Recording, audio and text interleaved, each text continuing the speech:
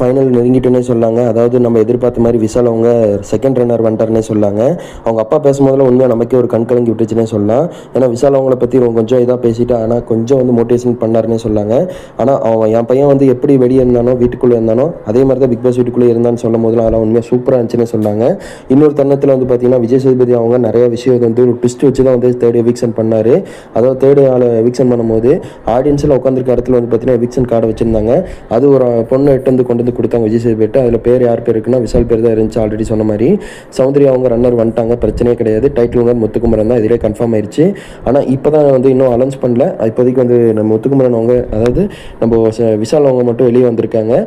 அதேமாதிரி இப்போ ஸ்டேஜில் சௌந்தர்யாவும் நம்ம முத்துக்குமரன் மட்டும் விஷால் இவரை கையை பிடிச்சி இருக்காரு, விஜய் சேதுபதி சார் கையை பிடிச்சி. எப்படி ப்ரொமோ ஸ்டார்ட் ஆகிருக்குது பார்க்கலாம். இப்போ விளம்பரம் முடிச்சோன்னா கண்டிப்பாக போட்டுருவாங்க. யார் வின் பண்ணால் நல்லாயிருக்கும், உங்களோட கருத்து கண்டிப்பாக கமெண்ட்டில் ஸ்டார்ட் பண்ணுங்கள். தேங்க்யூ ஃபார் வாட்சிங் டேஸ். Bye viewers.